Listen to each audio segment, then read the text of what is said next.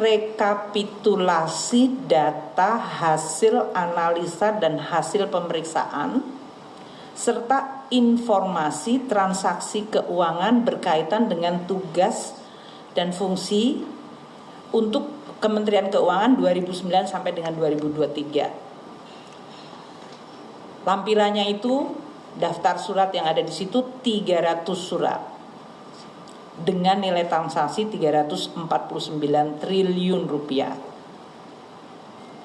Nah, kami ingin sampaikan sebagai berikut. 1. Dari 300 surat tadi, 65 surat adalah berisi transaksi keuangan dari perusahaan atau badan atau perseorangan yang tidak ada di dalamnya orang Kementerian Keuangan. Jadi ini transaksi ekonomi yang dilakukan oleh perusahaan atau badan atau orang lain. Namun karena menyangkut tugas dan fungsi Kementerian Keuangan, terutama menyangkut ekspor, impor, maka kemudian dia dikirimkan oleh PPATK kepada kami. 65 surat itu nilainya 253 triliun.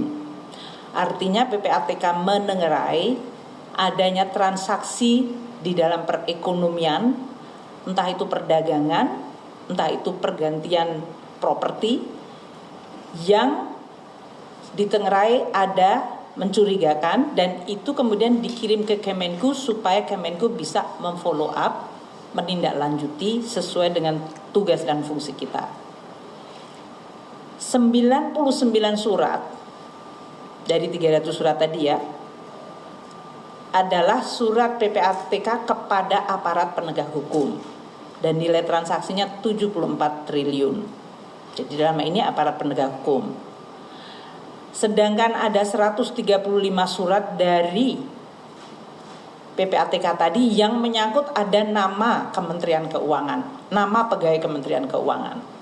Nilainya jauh lebih kecil karena yang tadi 253 plus 74 itu sudah lebih dari 300 triliun. Jadi saya akan memberikan satu contoh supaya media sedikit memahami yang tadi disampaikan oleh Pak Menko secara baik mengenai definisi pencucian uang dan yang disebut transaksi mencurigakan.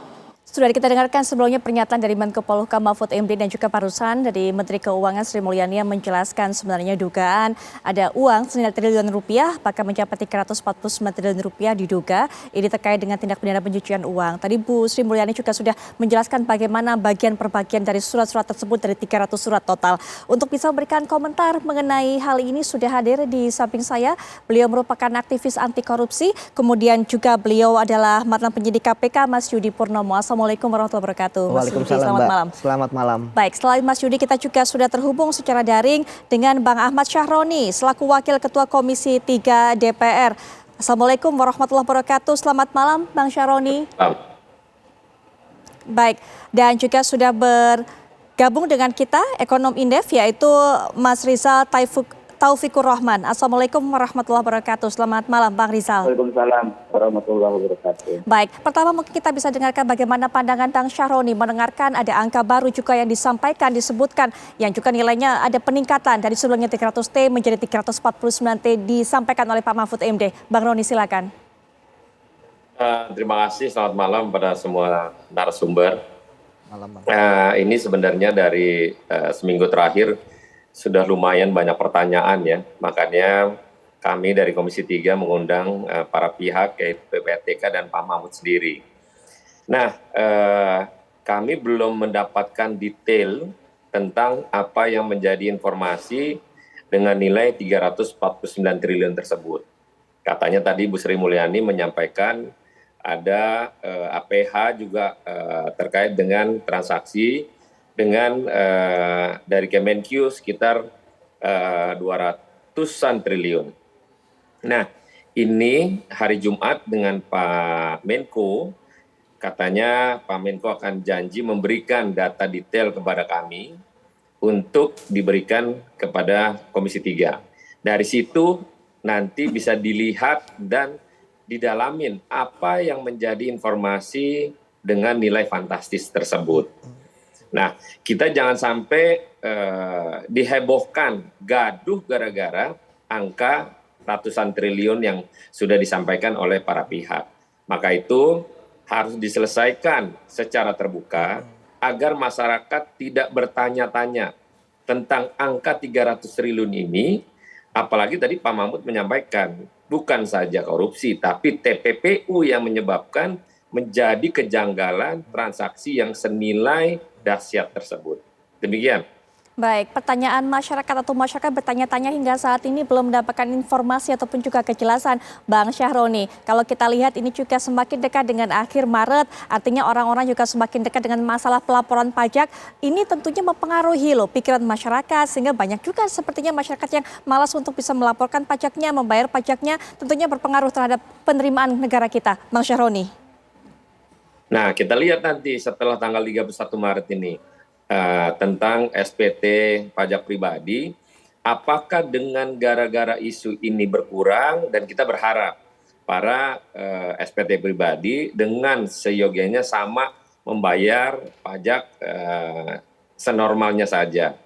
Nah, tapi yang kita sayangkan adalah informasi terkait dari PPATK itu kan dari 2009 sampai 2022. Nah, informasi dari sepanjang 14 tahun ini kan simpulan transaksi yang menyebabkan akhirnya terjadilah transaksi besar ini. Nah, dari 14 tahun transaksi dalam masa yang ada dari kementerian dan lembaga tidak disikapi per tahun, tapi dihitung dari 2009 sampai 2014. Makanya nilainya sangat fantastis. Nah, kita berharap besok rapat dengan Komisi 3 bisa diselesaikan dengan segera informasi kegaduhan ini untuk tidak melebar kemana-mana. Apalagi tadi Bu Sri Mulyani menyampaikan ada aparat penegak hukum. Nah, ini ada lagi temuan misalnya. Nah, ini jangan sampai kegaduhan Republik ini atas dasar dugaan yang mungkin bisa benar, mungkin juga tidak. Makanya nanti kita dengar Pak Mahfud ya menyampaikan pada Jumat nanti, kita memanggil Pak Mahfud nanti. Baik, Mas Yudi, transaksi janggal, transaksi mencurigakan yang terus didengung-dengungkan, kemungkinannya sebenarnya apa saja terjadi di Kementerian Keuangan? Ya, jadi 349 triliun kan bukan jumlah yang sedikit, Mbak ya. Betul sekali. Dan itu tentu dari mungkin ratusan, mungkin ribuan transaksi ya, yang istilahnya keluar masuk ya, kemudian dari suatu pembelian, aset dan sebagainya. Nah, yang jelas ada beberapa hal ya terkait dengan transaksi mencurigakan. Yang pertama ya terkait dengan di luar kebiasaan dari profilnya.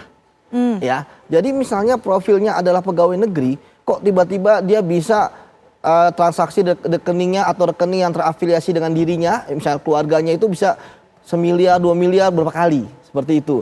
Nah, itu sudah mencurigakan. Ya, kemudian yang kedua di luar kebiasaan. Biasanya dia masuk 30 juta, 40 juta gitu kan, tapi tiba-tiba fantastis 100 miliar misalnya. Nah, itu yang kemudian menjadi hal yang mencurigakan karena memang para wajib lapor ya dalam keuangan TPPU ini itu kan 500 juta harus dilaporkan. Jadi itu yang pertama. Kemudian yang kedua diduga berasal dari hasil kejahatan. Ya. Jadi dugaan transaksi ini adalah hasil kejahatan seperti itu. Kemudian yang ketiga ya PPATK menduga gitu ya bahwa ada ada tindak pidana ya terkait dengan transaksi yang dilakukan sehingga meminta pelapor untuk melaporkan ya terkait dengan transaksi yang dilakukan. Dan kemudian diduga ada upaya untuk menyamarkan. Nah, jadi itulah transaksi-transaksi yang mencurigakan. Yang dimana ujung-ujungnya adalah harus dicari bahwa ini merupakan kecurigaan, ya harus dicari tindak pidana asalnya apa. Karena apa? Karena berbicara tentang transaksi rekening, berbicara tentang pembelian aset, bicara tentang memiliki mobil mewah, memiliki motor mewah, ya kan? Itu kan berbicara mengenai uang. Nah, uang itu jelas sumbernya di mana. Dalam teknik investigasi kita tahu ada namanya follow the money, ikuti asal uang. Nah, tindak pidana pencucian uang tidak bisa berdiri sendiri tanpa ada tindak pidana asalnya. Karena orang tidak mungkin mencuci uang pakai uang yang bersih. Ya kan? Mereka mencuci uang pasti dari hasil tindak pidana kejahatan. Nah, di dalam Undang TPPU jelas ada sekitar 26 ya kejahatan yang di state jelas di situ. Termasuk di antaranya korupsi, penyuapan ya sampai perpajakan dan bea cukai, termasuk penggelapan dan pemerasan. Jadi dari uang-uang yang diduga transaksinya berasal dari hal yang mencurigakan, ini kan adalah indikasi yang harus ditelusuri. Ya, nah, termasuk tadi bagaimana cara mentelusurinya? Ya gampang gitu kan, tinggal bagaimana ya aliran uangnya itu kemana saja. Dan kalau kita bicara mengenai LHPPATK, ya dari pengalaman saya PPATK itu sudah bagus ya, analisnya sudah menjelaskan rekeningnya seperti apa, transaksi keuangan yang mencurigakan seperti apa, dan itu sudah jelas di situ uang. Jadi tidak semua misalnya saya punya rekening ada 1000 transaksi, tidak semua yang dianalisis. Tentu yang dianalisis adalah yang di atas misalnya yang mencurigakan. Misalnya kok saya punya transaksi keuangan 100 juta setiap bulan gitu kan, ini uang dari mana gitu kan. Kemudian ini juga yang menarik adalah dalam LH itu ya bagus juga ketika ada afiliasi-afiliasi seperti apa. Ya, misalnya bahwa yang memberikan itu adalah suatu perusahaan. Ya, ini perusahaan ini ternyata ada kaitannya dengan permasalahan. Jadi LHA PPATK bagi saya itu sebenarnya adalah satu indikasi awal. Bahkan di state bahwa LHPTK itu kan sebagai informasi intelijen yang kalau saya jadi penyidik ketika mendapatkan LHA dari PPATK itu sangat mudah. Saya tinggal menelusuri saja rekeningnya siapa, ya kan, kemudian siapa yang bermain di situ, transaksinya arahnya kemana dan sebagainya. Tapi yang jelas bahwa ketika ada TPPU maka yang paling penting adalah recovery aset. Ya, artinya adalah 309 yang yang triliun-triliun itu bisa dikembalikan kepada negara. Baik, Mas Yudi. Itu yang paling penting poinnya. Baik, seperti itu. Soal recovery aset mungkin nanti juga bisa diberikan komentarnya, pandangannya oleh Bang Syahroni, termasuk juga nanti Mas Wisat juga bisa berikan pandangan terhadap apa yang disampaikan oleh Menteri Keuangan dan juga Menko Polhukam. Kami akan segera kembali saat lagi.